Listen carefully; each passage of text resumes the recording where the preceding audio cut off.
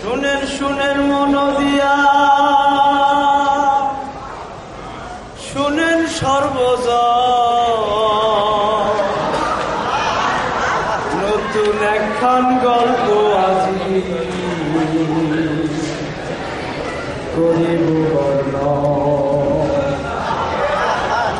শুনেন শুনেন মন দিয়া, শুনেন সর্বজন, নতুন একখান গল্প আজি করিব বর্ণন।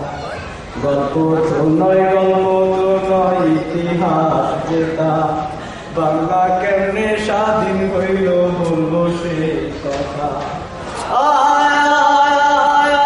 শুরু করিলাম লয়ে নাম আল্লাহ, নাহি আদি নাহি অন্ত যার করুণা। যার হুকুমে সূর্য নিত্য উঠে যে পূবে, দিন সাহা শৈলে পরে পশ্চিমেতে ডুবে। জিন ইনসান ফেরেশতারা প্রভু মানে যারে, গাছ গাছালি পাখ পাখালি যারে চিন্তা করে।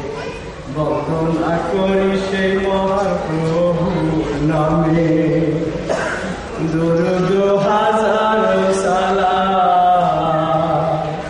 রসুল পাকের শানে। আমাদের বাংলা এক সময় সম্পদে ভরপুর ছিল, আর এই কারণে সব সময় ক্ষমতাশালীরা এই বাংলারে দখল করার জন্য চক্রান্ত করছে। বর্গিরা শাল ওইটা নিত আমাদের ধন সম্পদ, আর বারবার বাংলারে আক্রমণ করছে মোগলরা এই বাংলারে পদানত করতে।